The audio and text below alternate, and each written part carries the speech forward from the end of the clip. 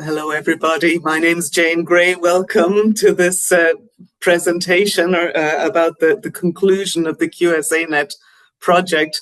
I'm a little unfamiliar with Zoom. I have to admit, we use Teams all the time here at Maynooth, so I can see that there are lots of you there, but I can't see everybody.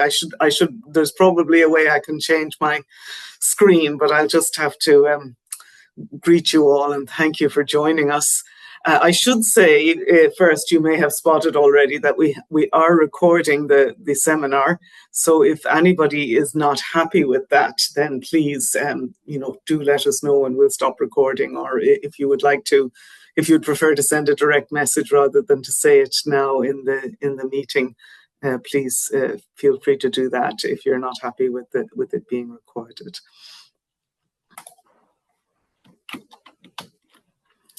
Okay, can everybody see the presentation?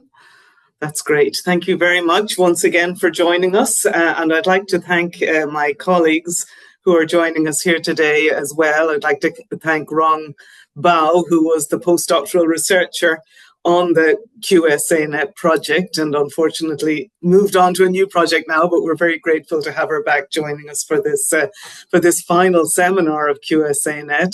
And I'd also like to thank Professor Karen Hughes from the University of Leeds, who was one of the who was our international partner on the QSA Net project, and I'm hoping that she might have some comments and help us to guide our discussion when I've finished talking.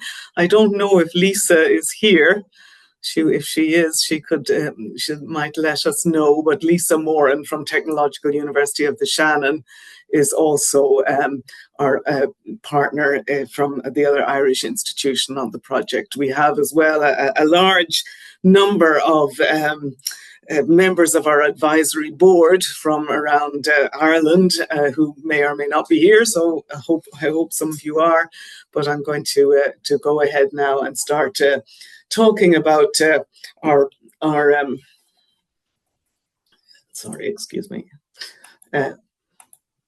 project.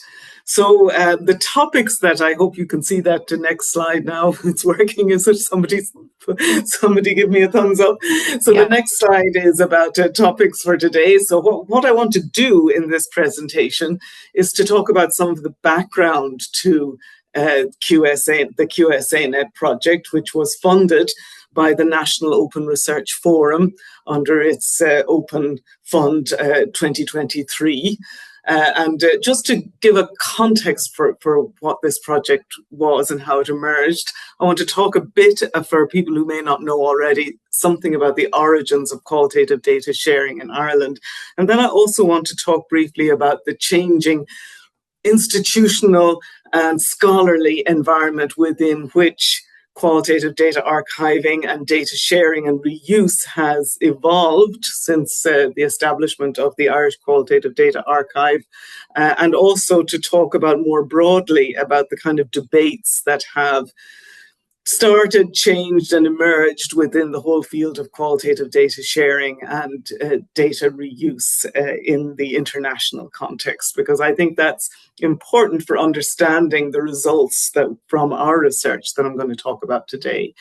And what I want to do too is to make some comparisons between the research that we carried out with researchers and other stakeholders as part of the QSA Net project with a scoping research project that was carried out way back at the beginnings of the establishment of the Irish Qualitative Data Archive, and to look at making some tentative, cautious comparisons between some of the findings from that original scoping review with the Irish research community and some of the things that we learned from talking to researchers and others as part of the QSA Net project.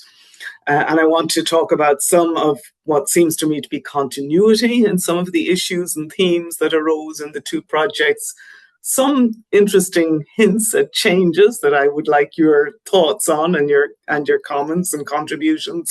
And then maybe also I'd be very interested in your contribution to a discussion about the future of qualitative data sharing and qualitative secondary analysis in Ireland. So just briefly, what is QSA Net about?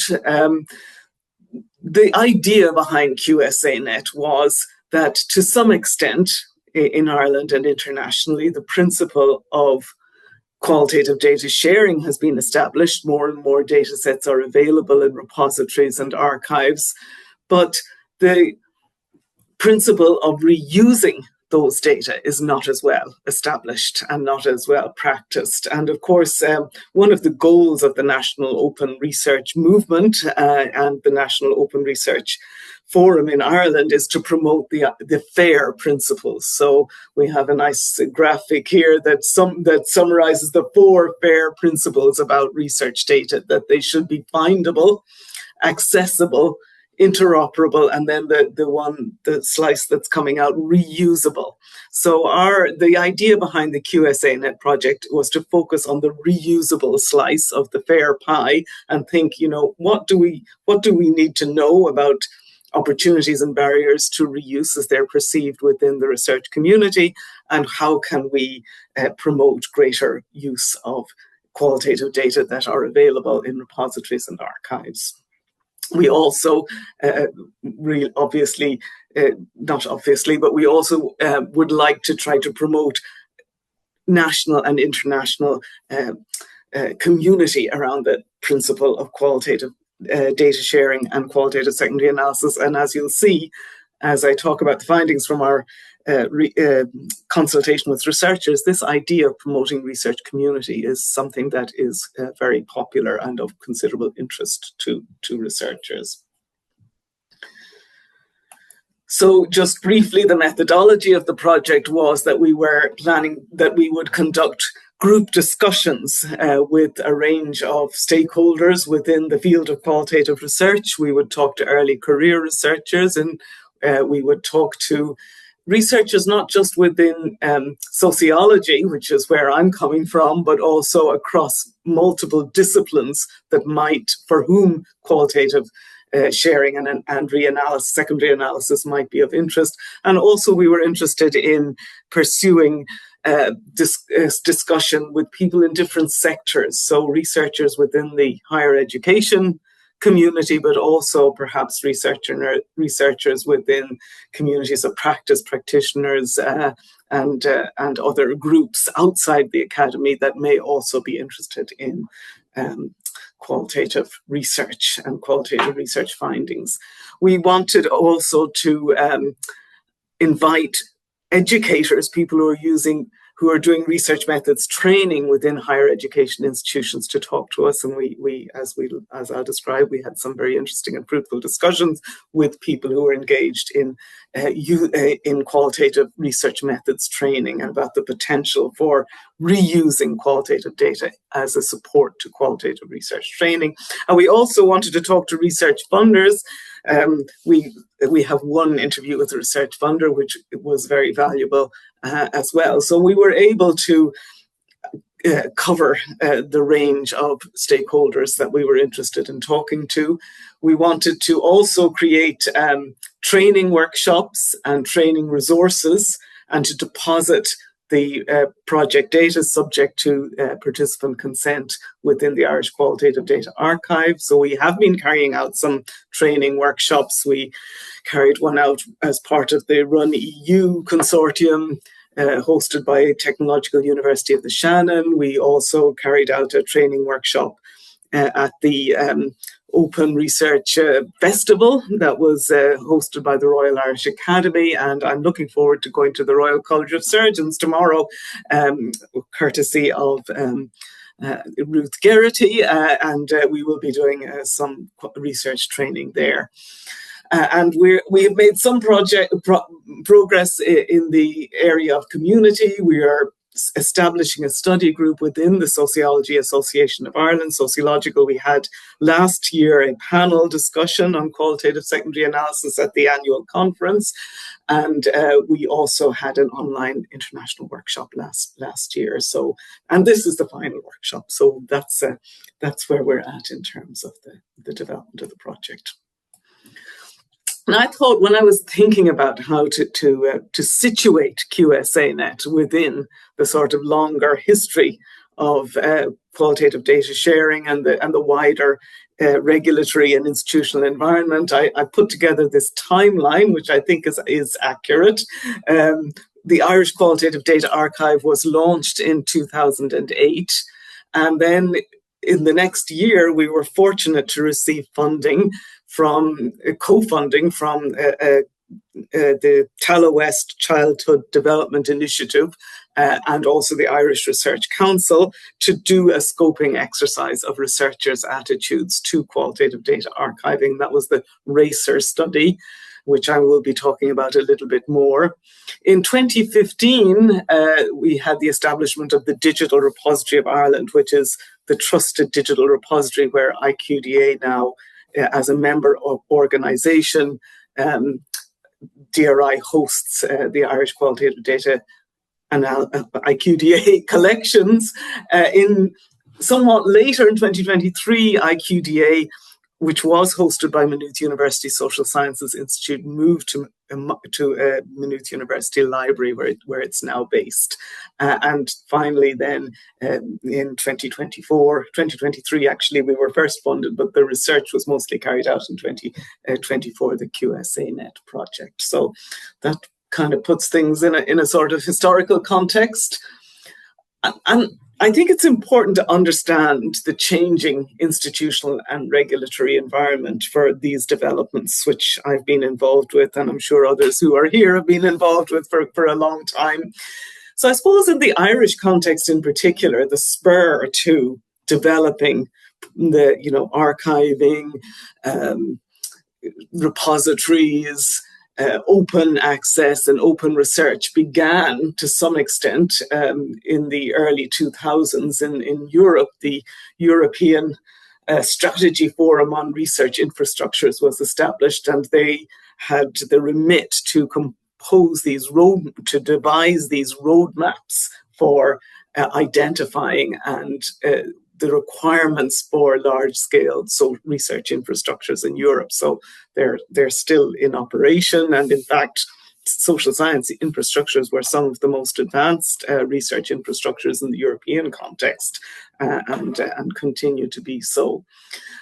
But in Ireland, I think that this emphasis on the idea of research infrastructures led to a report by an organisation called Forfos at that time, in conjunction with the Higher Education Authority on research infrastructures in Ireland. And they concluded that research infrastructures for humanities and social sciences were relatively weak and underdeveloped.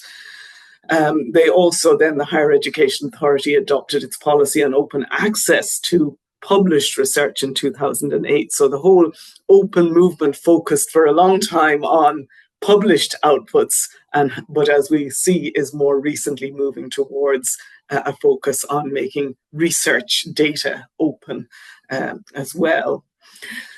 The Irish government funded research infrastructures then during this period under its programme for research and third level institutions.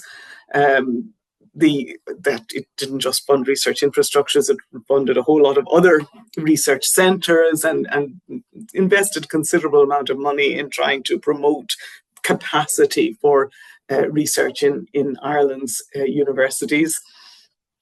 So the Irish Social Science Data Archive, which was established, funded under the first cycle of, the second cycle of PRTLI, I think, the Irish Qualitative Data Archive under cycle 4, and the Digital Repository of Ireland under the last cycle, cycle 5. So there was a kind of an investment towards promoting and supporting research infrastructures. Now, I've added here the introduction of the General Data Protection Regulation Directive in the European context in 2016. It did supersede an existing data protection set of rules, but I think I'm adding it here only because I think it has affected researchers in many ways. Partly, I think, because institutions became much more conscious of issues around data protection in the wake of the introduction of the GDPR directive.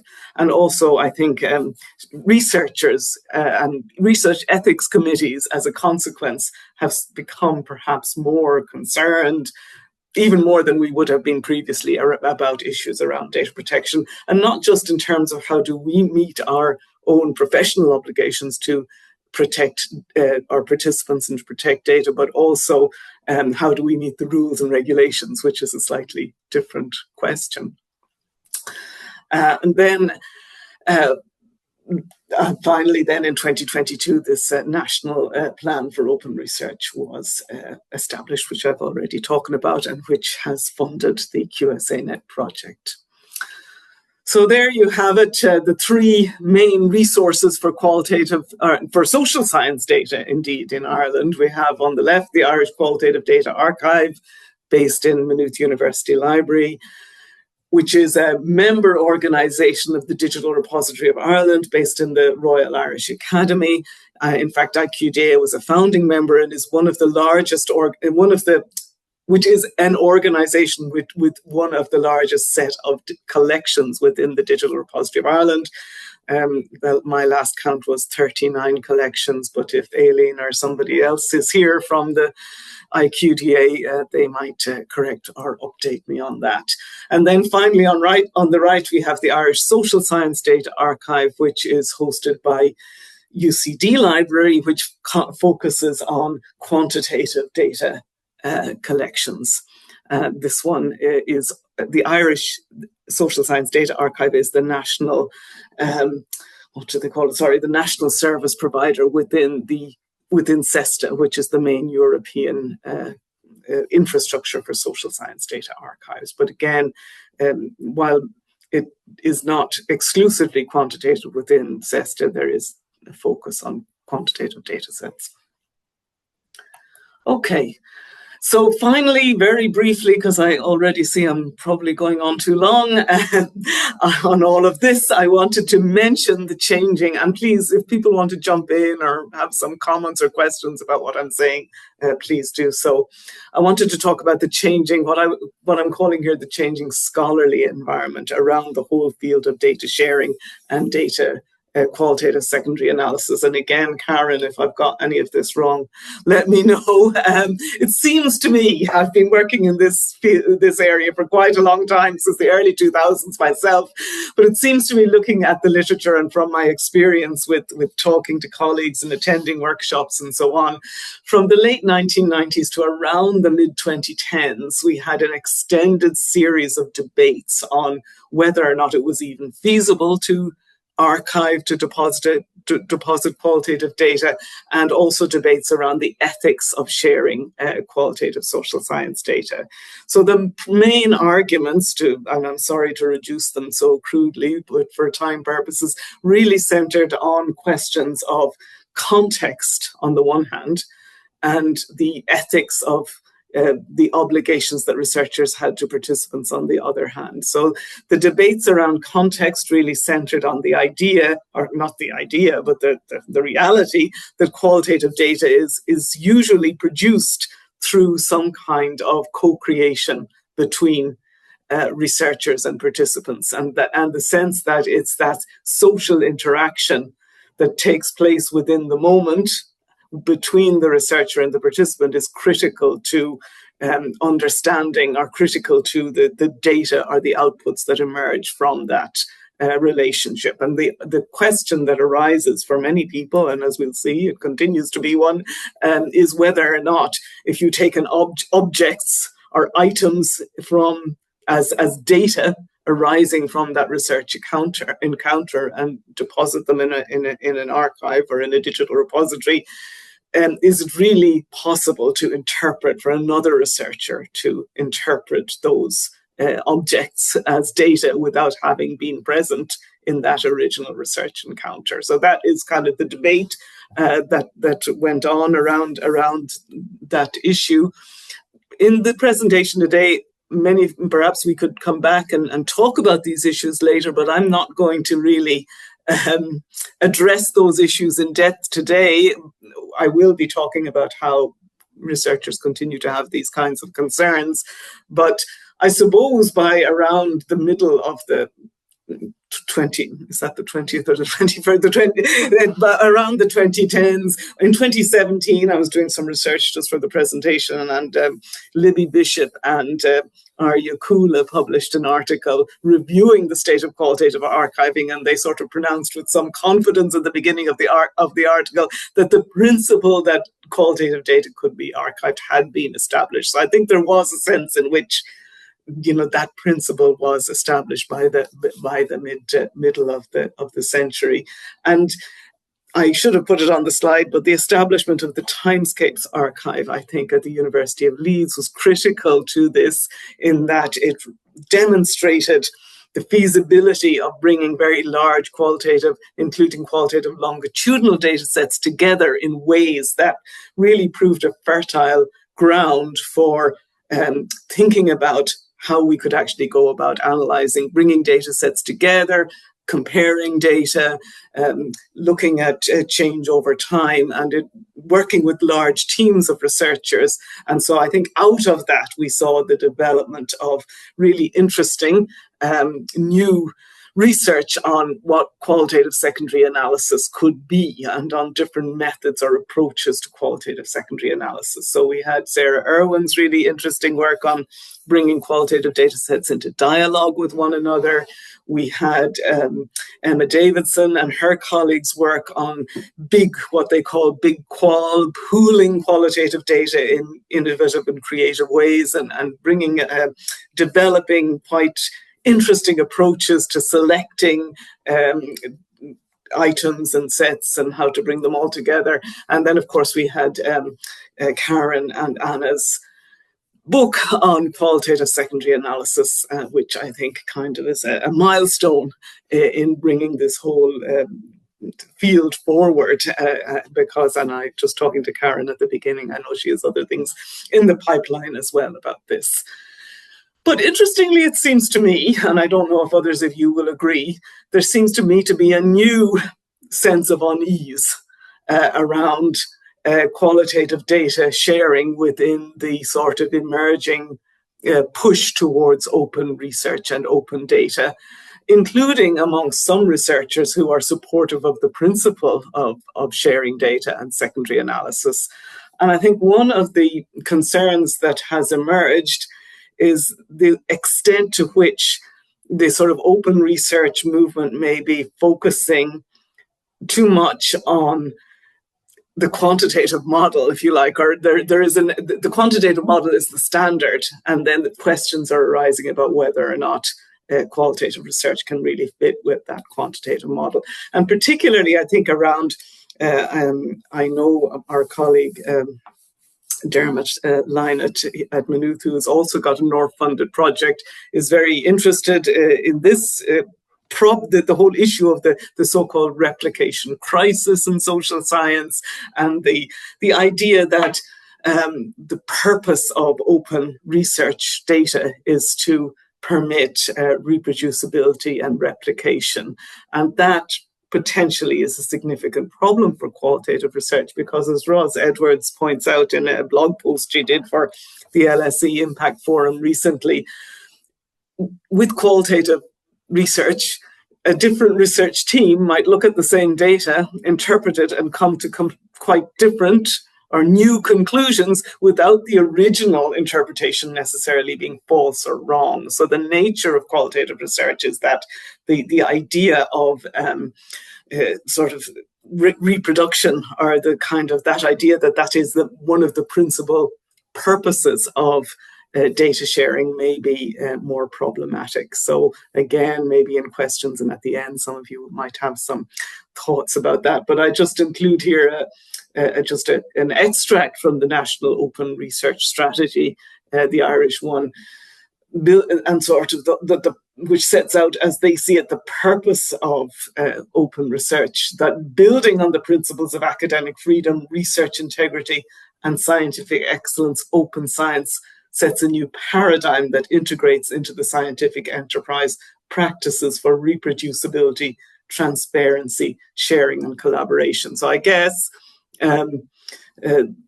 again, also, transparency, sharing, and collaboration are all great, but we might have some concerns about what is understood by the idea of reproducibility here. So now I want to talk a little bit about our RACcER project that was carried out in 2010, when shortly after IQDA was established. So you've got to put your minds back to the environment that we were working in at the time. The open research movement was not well developed. The focus at that time was principally on making publications openly available, and research archives, at least in Ireland, were relatively underdeveloped. So this project, we got funding, as I said earlier, from the Childhood Development Initiative and the Irish Research Council to try to scope what were some of the concerns and challenges faced by researchers in relation to qualitative data archiving, to develop a strategy arising from this, from the evaluation for what were described at that time secondary data, so not primary data, secondary data in the form of notes and minutes and reports arising from the evaluation process that was part of this Childhood Development Initiative, and I suppose most importantly for us, to establish best practice guidelines for qualitative social science data in Ireland. Somebody said their audio wasn't working. I'm sorry to see that, but hopefully they might be back to get back in. So just very briefly, to summarize some of the findings that we got in 2010, and I'm basing my report here on Ruth Geraghty's article published in 2014. I'll provide a list of links to the sources when we make this presentation available, so people can go back and see the original article. So the main advantages of archiving that the RACcER project gleaned from talking to researchers was, first of all, researchers thought it might support comparison, and in particular facilitate longitudinal research, so comparing findings from earlier research projects with current findings. They also saw archiving as an opportunity to promote research community, to promote data sharing amongst colleagues and collaboration across institutions. Researchers talked about the idea that establishing archiving could enhance the quality and status of qualitative social science research. So there's a perception at the time amongst many researchers, and may still be true today, that qualitative research doesn't have quite the prestige and status as quantitative research. And so people thought that maybe by promoting qualitative data archiving, that could facilitate greater appreciation and of the value of qualitative research. They talked about how, so it's important, so the RACcER was funded by the Childhood Development Initiative, which was part of a whole series of projects commissioned by by research funders, including Atlantic Philanthropies at the time. And so some of the people that we spoke to talked about the idea that an archive could be a kind of memory bank for funded projects. People talked about the potential for qualitative data archiving to avoid duplication, so you wouldn't have people doing the same kind of things over and over again. And finally, to support teaching. So in particular, the idea was suggested that the existence of archived data could help with training in qualitative research methods. So those were the advantages, but researchers had a lot of concerns as well, which will be very familiar to any of you who have been familiar with some of these the research on the subject. So we did get a lot of discussion about this question of whether or not it was really possible to archive qualitative data, the difficulty of reproducing the context, the there that somebody I have in the back of my mind, a quote that I remember, that the research is there, and you can't reproduce the there-ness of the research encounter in the archive. People also had concerns about the ethical and legal issues surrounding archiving. There were some concerns about whether or not it would really be possible to obtain consent from participants to archive their data. People did feel that participants would not be likely to consent to participating in a research study if they were asked if their data would be archived. My personal experience is that that's not true at all, but it's, as you'll see, even today, still a widely held belief. And also there was a lot of discussion about the sense in which could you really protect your participants adequately in an archive if your data were placed in a repository. So questions about, could data really be sufficiently anonymized? Also, there were questions about whether or not data might reinforce prejudices, even if it were anonymized. People feel a great responsibility when they're engaged in research with vulnerable communities, and they feel obliged to protect them against others who might, interpret their words or, create representations or portrayals of people in those communities that would be harmful to them or negative towards them. So people were quite concerned about that. They also were, this did not really reappear in the QSA Net study, but people in the RACcER study were very worried about journalists of getting access to the data. Journalists emerged as a type of person who could get access that was perceived to be especially threatening by participants at the time. People had practical concerns about the cost and burden of archiving, how much time it would take to anonymize and prepare metadata and so on. And then a fourth group of a set of problems really center on the researcher's interests rather than the participants' interests, I think. Some people felt that the primary researcher should extract the last drop, and I'm quoting from somebody there, of data, of analysis from their data before they deposited it. And so they felt that, if you combine the practical issues with the need to, analyze your data to the last drop before anybody else got to see it, then that represented a challenge to archiving. And then the last one, which I have had some people be very critical of our respondents for saying this, but we might talk about this because I think it's something that we have to be honest about and think about what it means. And that is, people were somewhat fearful of their data being scrutinized by others, and fearful of somehow being undermined by others who might look at their data, anxious, I suppose, about how others might interpret or use their data. So that was the study carried out. I said 2010, I've got 2009 on my slide, well, around then. And so I just want to, when we talk about comparison, I think we need to be a bit careful. So there were differences between the projects, obviously. The RACcER project consulted 30 individuals in individual in-person interviews. So it included applied policy researchers, senior academics, research managers and commissioners, and also members of the evaluation research team for the Childhood Development Initiative. And, some of those categories obviously overlap. For QSA Net, we set out to, as I said before, to do these group discussions with different kinds of researchers and potential qualitative secondary analysts. I think it's fair to state openly, Bao, that we did have some challenges recruiting participants, and we've spoken with Karen and members of our advisory team about this, and we kind of feel that in a sense it's almost in itself a finding. Why did we struggle to, we make considerable efforts to try to invite people in, to get them to talk, and it was quite hard, but we did succeed in the end in talking to, I think, 22 people in all, in group discussions and in individual interviews. So Bao might have some ideas, or some of the rest of you, about why we may have struggled. Some of it may simply be that people felt they didn't know what qualitative secondary analysis was, and because they were ill-informed, they didn't want to participate, but there may be other reasons as well.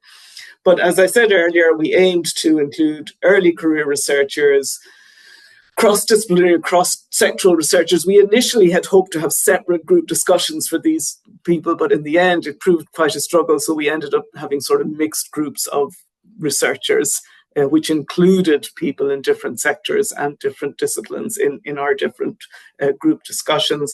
We did have some group discussions specifically focusing on research training and higher education, but of course we also talked to those people about the other questions that we had about archiving and qualitative secondary analysis. And as I said, we did talk to a representative of a research funder. So just to very briefly anticipate some of what I'm going to talk about, some of the continuities and new themes around the challenges and opportunities associated with archiving or data sharing in the first place, some of the challenges and opportunities that participants saw for qualitative secondary analysis, for research and for teaching, and also a theme that came up quite significantly was some of the institutional issues within which people describe themselves as working. And I think that's also an interesting, and then hopefully some discussion of future prospects. So I think our first, when we first started reporting on some of our preliminary findings, our initial sense was nobody had ever heard of the IQDA, nobody knew anything about qualitative data archiving, and nobody, or even other repositories, or certainly not the Digital Repository of Ireland. But I think to some extent it might be that we were focusing on the early career researchers first, and I think they were the group that expressed least familiarity with some of those things. So I was a bit reassured looking at some of the transcripts from the other group interviews that the other researchers at least have heard of IQDA or know something about the existence of repositories for qualitative data, even if they were not very actively engaged or hadn't gone on the website. So I felt perhaps there is some familiarity, thankfully, after all this work, with the existence of archives and repositories. We had one participant who was actively engaged in preparing a data set for archiving, but in general, the early career researchers claimed no familiarity at all, and the only place where they might come across it is when completing their forms for ethical application, where they're sometimes asked if they are planning to deposit their data in a repository. So the early career researchers, I think, were the ones that emerged as having the least knowledge about qualitative data sharing. So they came, our participants identified quite similar advantages as the earlier study to sharing. They talked about the potential value of sharing data for comparing over time, or comparing. Mostly that's the main thing that people think of, is that we might be able to make comparisons over time, how things have changed. They also strongly spoke about the potential for promoting research community through collaboration. They talked about avoiding duplication and waste, and perhaps something similar, but maybe a little new in some ways, that it could be a resource for sectors outside the academy. So one participant talked very interestingly about how maybe service providers or members of community groups may struggle to get a good qualitative data. They don't have the resources to contract with people to create those data themselves. So they talked about it might be possible that a repository would provide access to this kind of data that would be useful for those groups. However, they also talked about how they felt they would need training to know how to access and use the data. I thought this quotation was quite interesting because this was a researcher who talked about the possibility of looking for overlapping interests with other researchers from all kinds of backgrounds. And they had an interesting suggestion about how it might be possible to develop a particular case study that could then be a basis on which people from different research backgrounds could come together and develop it further. So here we Some new themes that emerged that I think were a little bit different from the original. And again, it's important to remember we were talking to, it would be nice to be able to say with confidence that this is something that has changed, but of course it might simply reflect the different groups and the different ways in which we were engaging with them. But some participants talked about the potential of expanding the range and scope of small studies. So they talked about how it might be possible to maybe not increase sample size, but increase some kinds of, to increase the potential applicability of research by bringing archived data together with newly collected primary qualitative data. Interestingly, in one of the research groups that we talked about, people did talk about the potential for archiving to improve what they described as the robustness and credibility of qualitative research. So these participants talked about how they felt that actually, in contrast to those who fear scrutiny by others, they talked about how there was potential for learning from people coming from a different positionality or relationship to the data, that this could add to their understanding of what was going on. And they also talked about how this might lead to a fair representation of research participants. They also mentioned this. So in a sense, you almost wonder, to some extent, some of the principles of the open research movement are starting to emerge through the language that at least some of our participants were using, that it would be possible through sharing to get a better understanding of an original study and to test the credibility of the findings was actually mentioned as well. So what were some of the challenges? So again, similar themes. Providing sufficient context was something that, researchers emphasized a lot, their concerns about whether or not this would be possible, whether it would be possible to secure consent. And again, some participants said that they thought people might not consent to participate in studies if they were asked to have their data archived. The same theme of protecting vulnerable participants and the burden of preparing data for archiving. There was quite a lot of concern about how the original researcher would be acknowledged if they deposited their data. Would they get credit for doing that? And again, re-emerging this idea of concern about scrutiny. This quotation I think is quite nice. Say if I'm a newly minted PhD student or whatever, and that's my dissertation data, I might think, oh my God, somebody might take it and replicate the same thing and be like, what the hell are you talking about?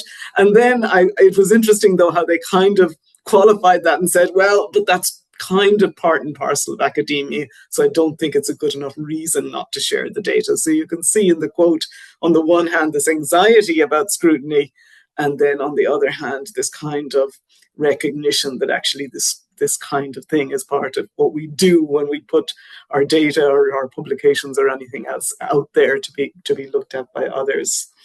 But another participant who I can't quote directly because of the consents that they gave us for this study, interestingly talked about how their research was their safe space. So the relationship between them and their participant, the audio recording, the transcription, the analysis, that this represented a kind of safe space that they felt might almost be undermined or threatened by making the data available in a repository. So I thought that was I think that's something that's worth reflecting on, that sort of, when we all engage in research, and obviously most of us who are researchers do it because we love it, and is there this sort of feeling that that's the process within which we feel safe and secure?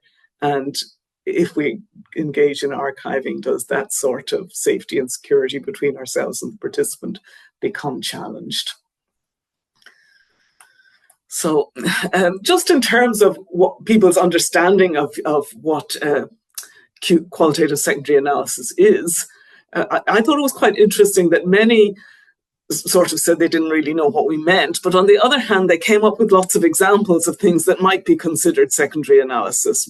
So, for example, people talked about sharing notes within a wider research team. So if you're in a qualitative project that is maybe multilingual or involves many participants, you often have to share notes or summaries or reports, and the, you know, in a sense, that's a form of secondary analysis, people suggested, because not everybody is looking at the primary data directly. Similarly, within practice-oriented networks, people talked about how individual groups within the network might prepare a report, which was then amalgamated into one big report by, in their case, a data specialist. It was quite common for people to have had the experience of work, especially early career researchers, on working on qualitative data collected by somebody else. So it's within the research team that they've joined, but they weren't actually actively involved in collecting it. So in a sense, is this a form of secondary analysis? People talked about working with files and documents, and also about qualitative thematic and evidence synthesis. So even though people said they didn't know what qualitative secondary analysis is, they all had experiences and were able to describe forms of research that may in some sense fit within the broad umbrella of what we mean by qualitative secondary analysis. So some of the challenges of QSA for research: people talked about the difficulty, people who have, in many cases, people who had gone onto the archive website, of identifying appropriate data collections. So people felt a bit frustrated that there was not enough information for them in the repository for them to establish whether or not the data would be useful to them. So this is a kind of time burden issue. How much do they want to go into maybe, you know, requesting access to the data, reviewing it, selecting items that might be useful to them. Also, paradoxically, one researcher talked about how they found the whole restricted access business burdensome to identify useful analysis. We have this tension here because, of course, in the archive, we protect participants and we protect the research by restricting access. So you have to apply for permission to look at the data, but then that, of course, represents a kind of burden or obstacle to you know, identifying data that you might find useful. And there's also this sense, even once data have been identified, people talked about this feeling of coming to a dead end. Sometimes I can appreciate this. I've had this feeling too. So the person says there are moments of frustration where you just think, if only they'd kind of recorded something to do with, I don't know, sexual identity or something, but they didn't, because that wasn't so germane to their original reasons for collecting the data. So, I mean, I think maybe any of us who have tried to identify data for secondary analysis can relate to that problem. And of course, we won't talk about today, but I know Roz Edwards and Emma and their team have a great chapter in Karen and Anna's book about precisely this issue. How do you go about identifying and selecting data? So there are resources to help you do this. So what are some of the challenges for research, qualitative secondary analysis as a research practice? Again, this whole business of understanding the context. You don't have information about participant demeanor, their body language. You're unable to compare what people do against what they say. Now, this is actually another kind of challenge, depending, of course, on the kind of research question that you're asking. One of our participants talked about, and I think it's an interesting and relevant, reasonable point, about, does archiving lead to a kind of fetishization of the interview? Because that's the thing that's easiest to archive, whereas qualitative research may generate all sorts of different kinds of outputs, you know, images, field notes, descriptions of encounters, you know, videos. But is there a sense in which there's too much focus on the interview, and does that detract from all of the other kinds of research that are part and parcel, particularly of ethnography? I was interested in one of the participants talking about whether or not, would you have this, again, I think an early career researcher, would you have the necessary skills to actually look at somebody else's data set? You know, would you be familiar enough with the kind of methodology that they originally used? Would you have to use the same methodology? So these are the kinds of questions that people were asking us. Would you be able to do it, really? And interestingly as well, the idea, this is something that never occurred to me, that there might be a potential of bias if you'd read the original report or article and then you went to interpret the data. Would that mean that you would tend to find the same things in the data as the original research had found? Also, the whole issue of, is it ethically appropriate to use existing data to ask a new question? And some people observe that research ethics committees tend to frown on this still. So again, I know archives will have all sorts of, when you ask participant for consent to archive, you will be informing them that it could be used for other purposes. But I guess this is something that people do worry about, given this idea that it's kind of ethically improper to use the same data to ask a new question. One of the things that came up that felt a little bit new to me, and maybe again I'm wrong, but I was surprised how much feelings of just people that had deposited the data. So people were very concerned about how can we be sure the data were collected to a high standard, that they were collected by qualified people, that they were collected ethically and all legal requirements were met.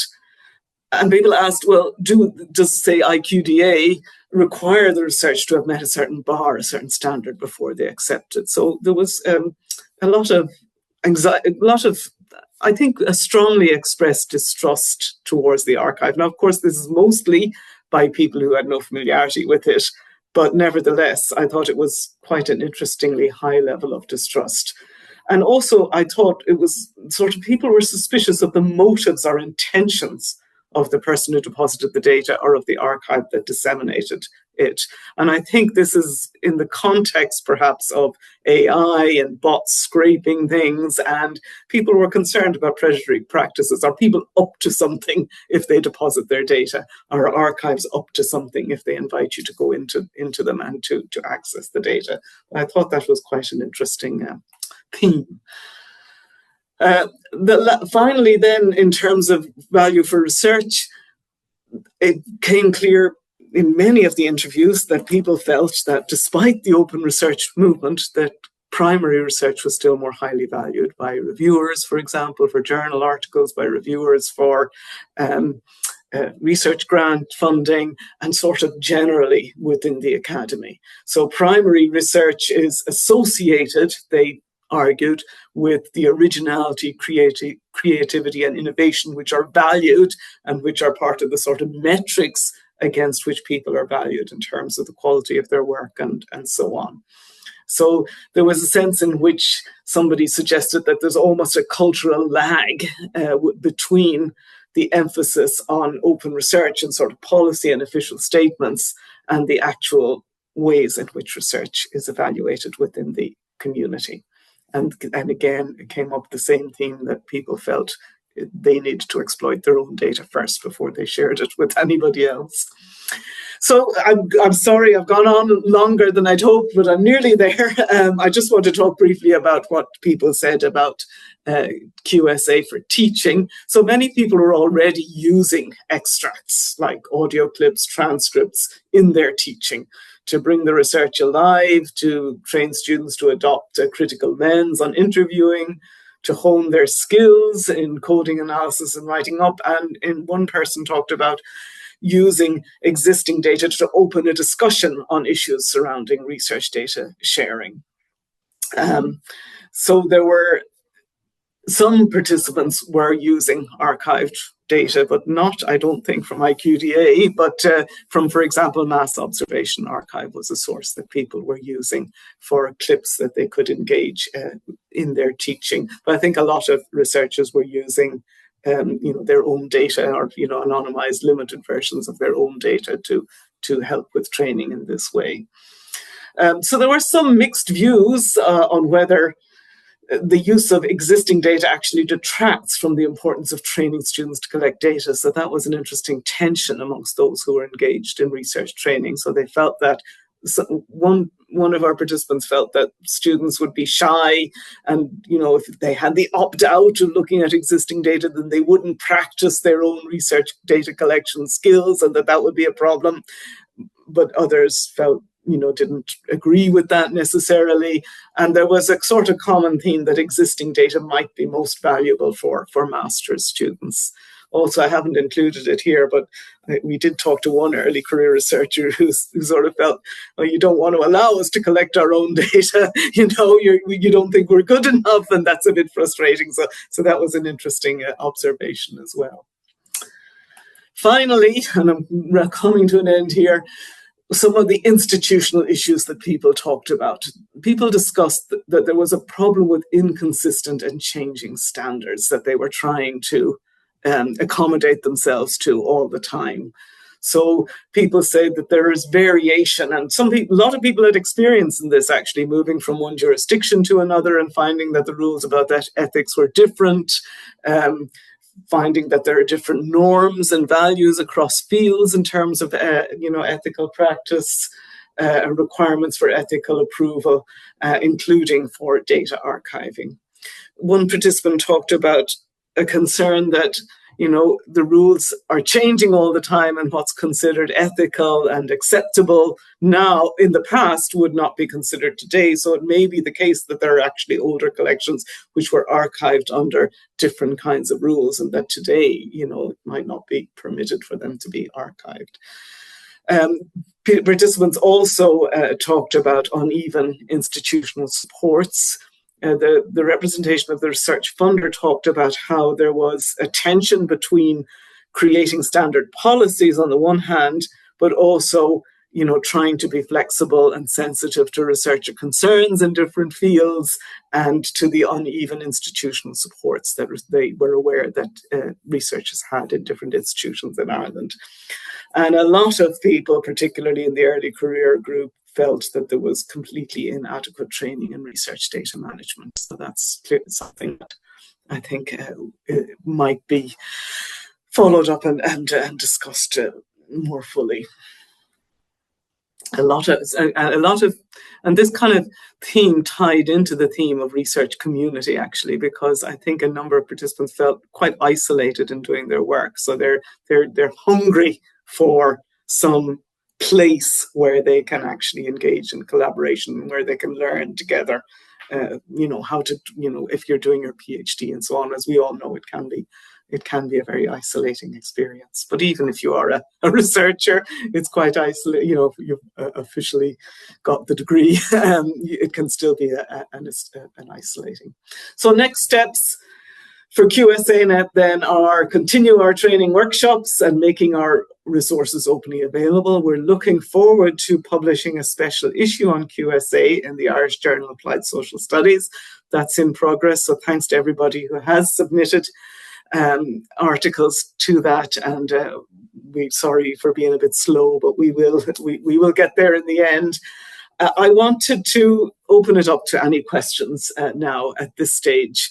One of the questions that I have is, how can we leverage this hunger for community to promote data sharing and reuse? But I'm sure there are many other things, and Karen may have a few comments, I think, at this stage to kind of tie it together and open the discussion with the rest of the group. Thank you so much, Jane. That was a really comprehensive and interesting presentation that sort of is, on the one hand, it's fantastic that the research is done and that we've identified all of these things, but then on the other, my heart keeps sinking because for people in the know, I think there's this huge divide, because for people in the know, we've settled so many of these questions over the last 2 to 3 decades. And there's a wonderful body of work and innovation and methodological advance where people have sort of demonstrated not only how they've settled some of the concerns around the ethics and whether or not we should, or how can we, and what does that look like if we can, and is it exposing for a researcher, and how and why, and how might we protect people along the way, and who's responsible for those sorts of protections. We've been doing this forever, and then it feels like we're sort of almost talking to each other. And part of this, so the positives are that people who are in the know, or people who are beginning to sort of dip their toes into the waters of qualitative data reuse, are looking for others. And I wonder if there's a generational thing here, Jane. I really do, you know, because there was such an upsurgence which was connected to funding investments and highlights. And this is something else, as you were talking, I just wonder if there's this sort of bifurcation now, because historically it was around, wow, isn't qualitative research amazing? It has all of these incredible strengths in developing engaged and situated social explanation in ways that, you know, large panel scale surveys simply can't support. So how do we make best use of these endeavours? Because for the participant and for the researcher, these are really time consuming, they're very intense, they're hugely emotional. You know, the researchers invest very much in qualitative research. And so the emphasis previously was on how do we make best use of these investments and these data in ways that protect them? And their funding emphasis was then on initiatives like Timescapes, developing a bespoke archive for qualitative data for the purposes of reuse, you know, so all of these things. Whereas now, and in the context of this particular study, we're looking at open data and open science, and the language has changed. The emphasis has changed. There doesn't seem to be that same passionate protection and investment in qualitative research approaches, or even sort of quite fundamental and basic recognition of how what we're talking about is not niche, but it constitutes a form of qualitative data science. And that language of qualitative data science hasn't seemed to keep pace with open science, open research, and so forth. So, yeah, so these have been my sort of preoccupations. I didn't have anything prepared. I am solely responding to your presentation. I'm really interested in what our delegates have to say here. And so some of the things that I'm saying, they're sort of provocations. I'm just trying to work it through. Why are we encountering the same sorts of concerns that we encountered 20 years ago and felt that we'd put to bed really quite comfortably? And are we seeing them again in these new contexts? I think there's one final thing which is very obvious to me, and you mentioned AI. And what we've seen since the global pandemic has been, and I'm talking in the most generalist of terms here, but the sort of reduction of technological friction for people moving online into new sorts of data environments. And they do so for the purposes of information seeking, connection with others, but community building, identification, and so on and so forth. And there's unlimited data, and then with the sort of emergence of and this incredibly global, ubiquitous, rapid emergence of AI as part of this, that these are the sorts of data environments that people are navigating through. And there are no guardrails, there are no handrails.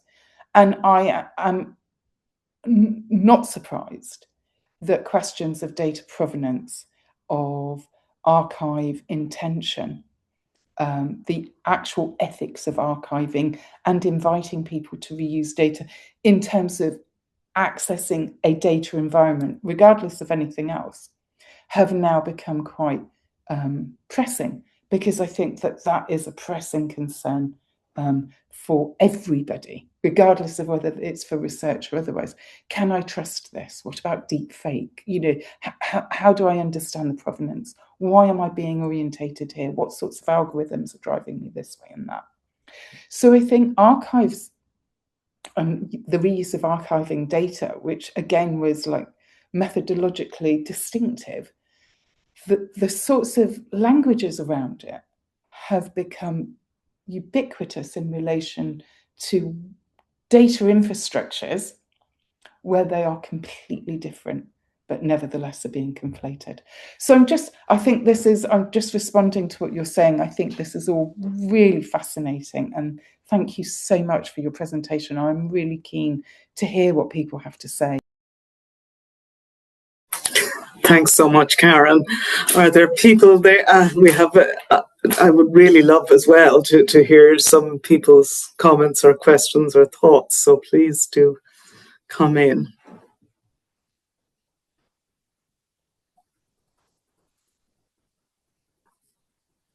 What I would say is there's something else that may be here, which is that people in the room might be people in the know, but there may be people in the room for whom this is all quite new. And I just, please do, if you're reluctant to speak in front of everyone because you're not quite sure how to pitch it or whatever, put it in the chat. Write your questions in the chat, because genuinely any question, yes, regardless of whether it's in the know or not, or if it feels naive or not, it doesn't matter. This is the place, if you like, for us to share. That's great. I see Susie is there. Hi, sorry, it took me a while to figure out how to raise my hand. Don't know, please. That's great. Yeah, no, I was just as you're talking there, I was writing a note into the chat. I just said I'd explain it instead. So, I we're going to talk about how much has changed or questioning that.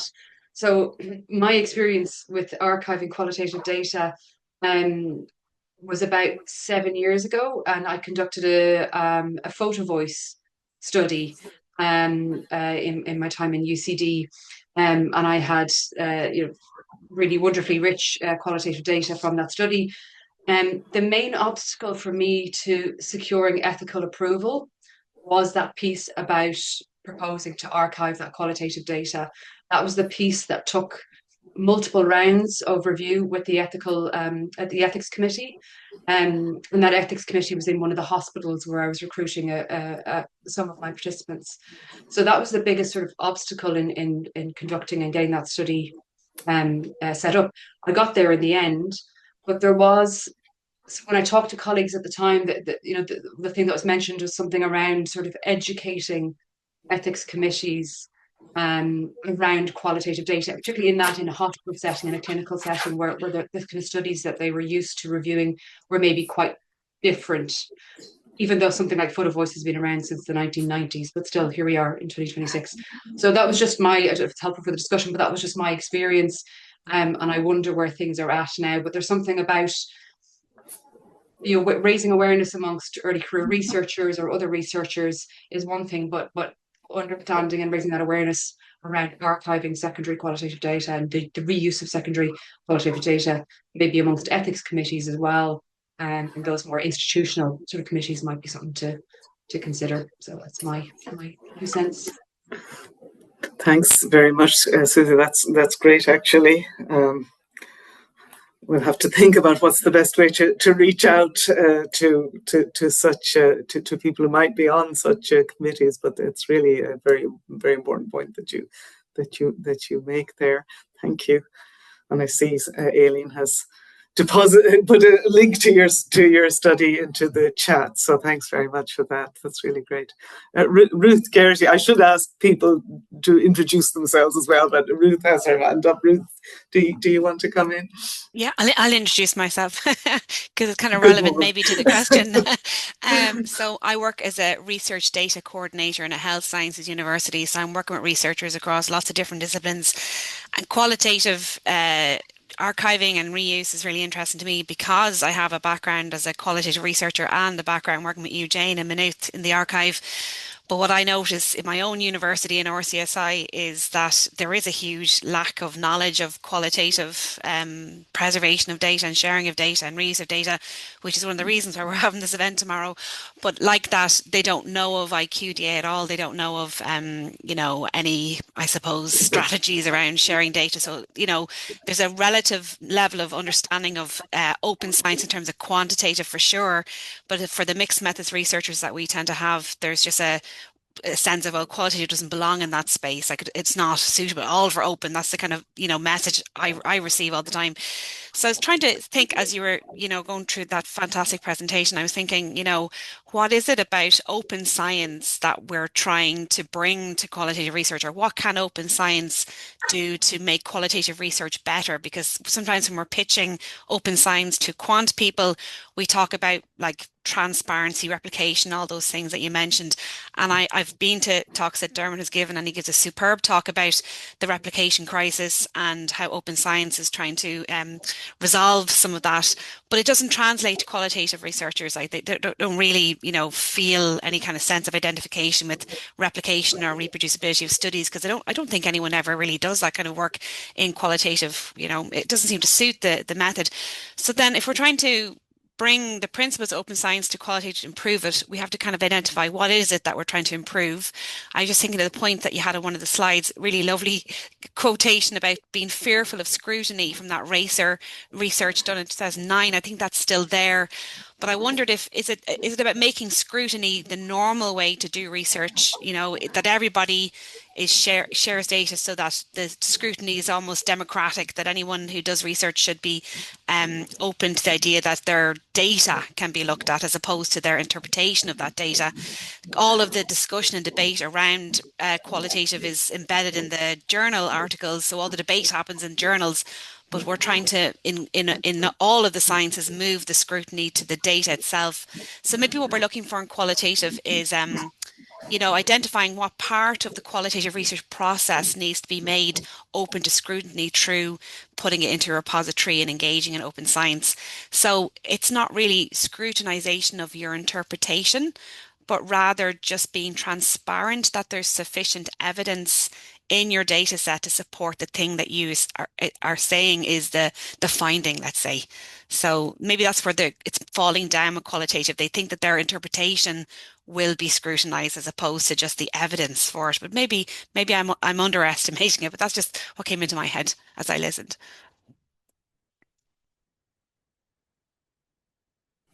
Thank you very much, Ruth. That's really a very interesting question. And I mean, sometimes when I think, others come in, please, as well, but sometimes when I think about this whole idea of scrutiny and, there's something very, I can see how it's challenging. And I mean, the participant talking about the safe space, I think maybe what needs to be done for both quantitative and qualitative researchers actually is to make scrutiny comfortable, so that to make it not threatening, not sort of so threatening as it appears to be at the moment, so people can feel, yes, I made a mistake, or yes, that could have been interpreted a different way, or, oh yes, I missed that quotation, missed that part of the interview, I wasn't paying enough attention. This should not be threatening, but I don't know. I don't think we're anywhere near that yet.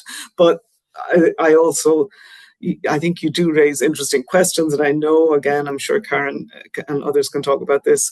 There has been talk in the past of, should researchers make their code books of, their coding structures available? Should they make their, these kinds of, should they document clearly? Actually, there was a journal article there recently saying that their problem with some qualitative secondary analysis is that people were not explicit enough with how they actually did the analysis, what kind of method they were using. So, I mean, maybe there are lessons for us about, but I suppose you have to add to that then the whole issue of the burden that we talk about, Ruth, sort of adding more and more.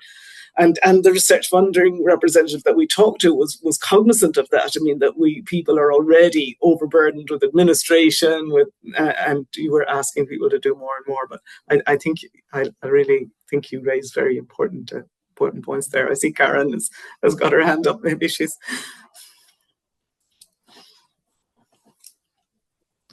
So again, I think there's this thing where,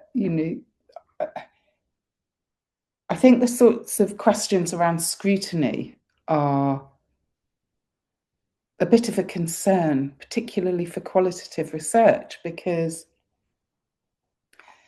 for a start, we know that qualitative research data can speak on, it can be reused almost endlessly, depending on the sorts of questions that we bring to them. And, you know, my experience of working on 2 studies at the same time, and analysing data from a qualitative longitudinal study on internet gamblers and setting up a study on low-income grandparents, so pausing mine now, and then going back and suddenly seeing all of these grandparents, even within, you know, a 1 or 2 month period, the data look completely different, having set up another study to the same researcher, you know, shared concerns.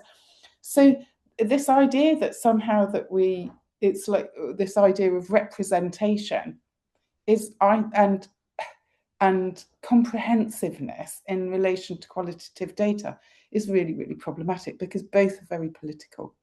And I just want to sort of, you know, flag up how for me, the expectation is in all research that the claim is not that the findings are solely in the data, because scholarship depends profoundly on the synthesis, the academic synthesis of evidence from across relevant debates, across relevant disciplines and histories. You know, our research questions are formed in dialogue with this evidence, and our findings speak to that broader body of evidence. So how I do my research is very distinctive in relation to the sorts of questions and debates that I'm engaging in. And if I were to engage in different debates, actually how I would read and perhaps use my data, my own data, the same study, would be different, because findings are not solely in the data. They're part of this broader scholarship engagement. Have I frozen, or Jane, are you still there? Karen, sorry, Karen, the network connections seem to have become unstable. But I think you said some very interesting things there that are actually not just confined to qualitative data. Your point about, you know, that it's not some kind of reductive relationship between data and findings. I thought that was a really important point that you made. I'm sorry about it becoming unstable. I wanted to bring Liz in because she's had her hand up, and I'd like to be interested in her comments as well, because we're coming close to the end. But Liz.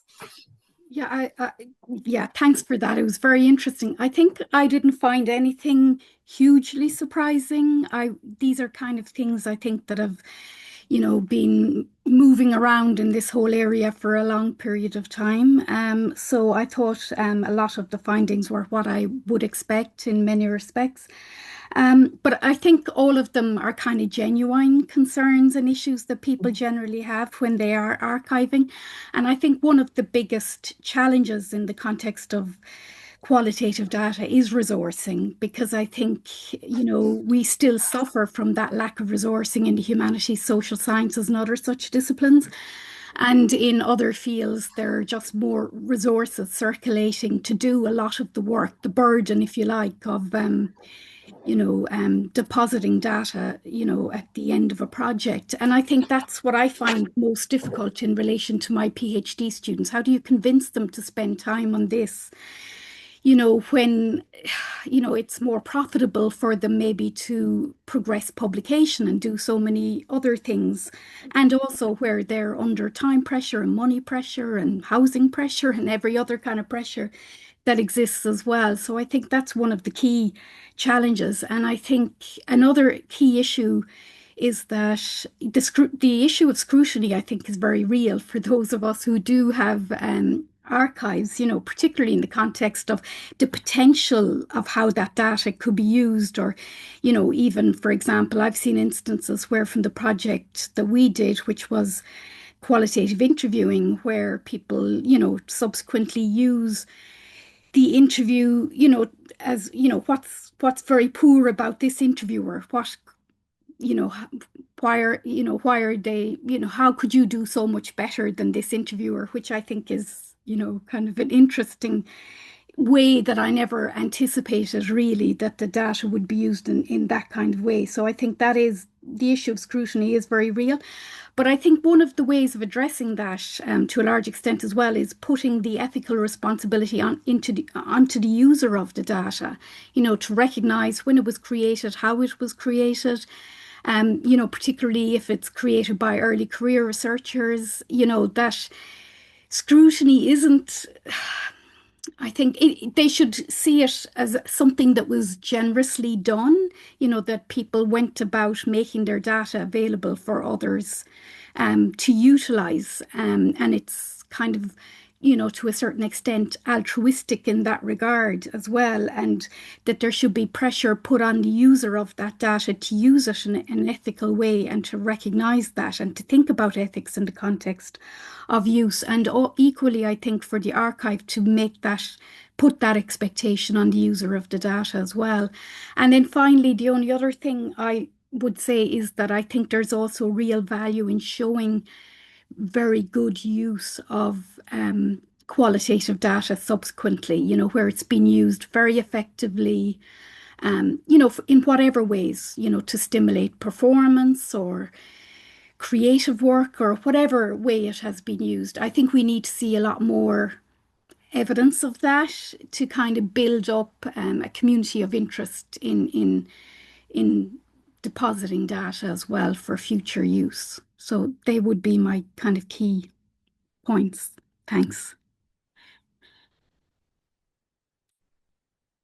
Thank you very much, Liz. All very, very useful and excellent points, and sort of, yes, I think probably within the Irish context, we need perhaps particularly to build up that evidence of use that you're talking about, that I think to support people in doing this in Ireland. But I think as well, I don't know, sorry, I think maybe people have too confined or too restricted a notion of what reuse is and how it's done. And there are more examples out there than people are really aware of. But yes, maybe that's the kind of task that we have for us with projects like this, is to make that information better. Thank you very much for your comments. I don't know, is there anybody remaining? Or any other comments that people might have?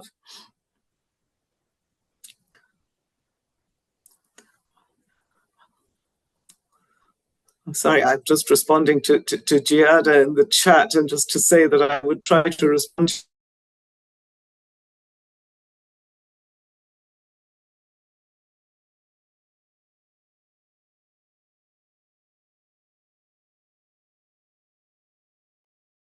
I think Jane's signal has dropped again.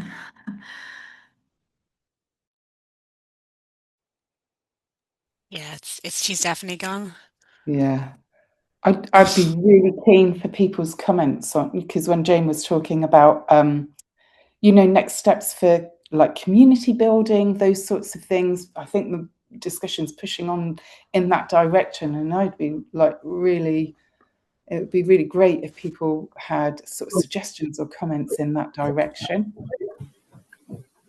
Your signal come back? It's back, yes, thank you.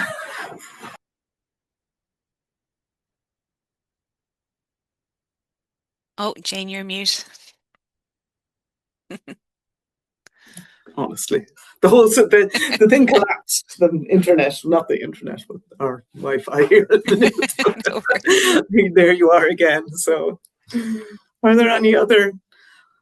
Do people have any suggestions about what? I mean, maybe one of the things that I find sometimes a bit puzzling is that, that, as Karen was saying, so much work is done, and yet we're not doing a good job. And I think that was part of what Liz was saying there. We have to take some responsibility ourselves, I think, for why people are not as aware of it as they should be. So what should we? I mean, of course, we're all busy and we have all sorts of other things we're actually doing and prioritizing. But what are the things that we should do to build this community that people were talking about?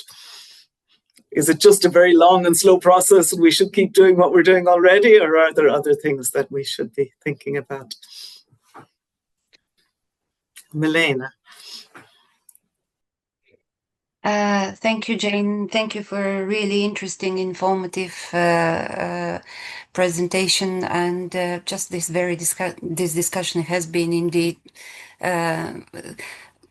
very wonderful for somebody like me who, you know, I mean, I might say I'm in with one foot in the camp of the uninformed and, you know, not in the know, and with another foot kind of tentatively now over the past year and a half stepping in the camp of those in the know, because I am, and this is kind of to introduce myself. I'm a postdoctoral researcher who works with Jane on a current research project that we have based at MUSI.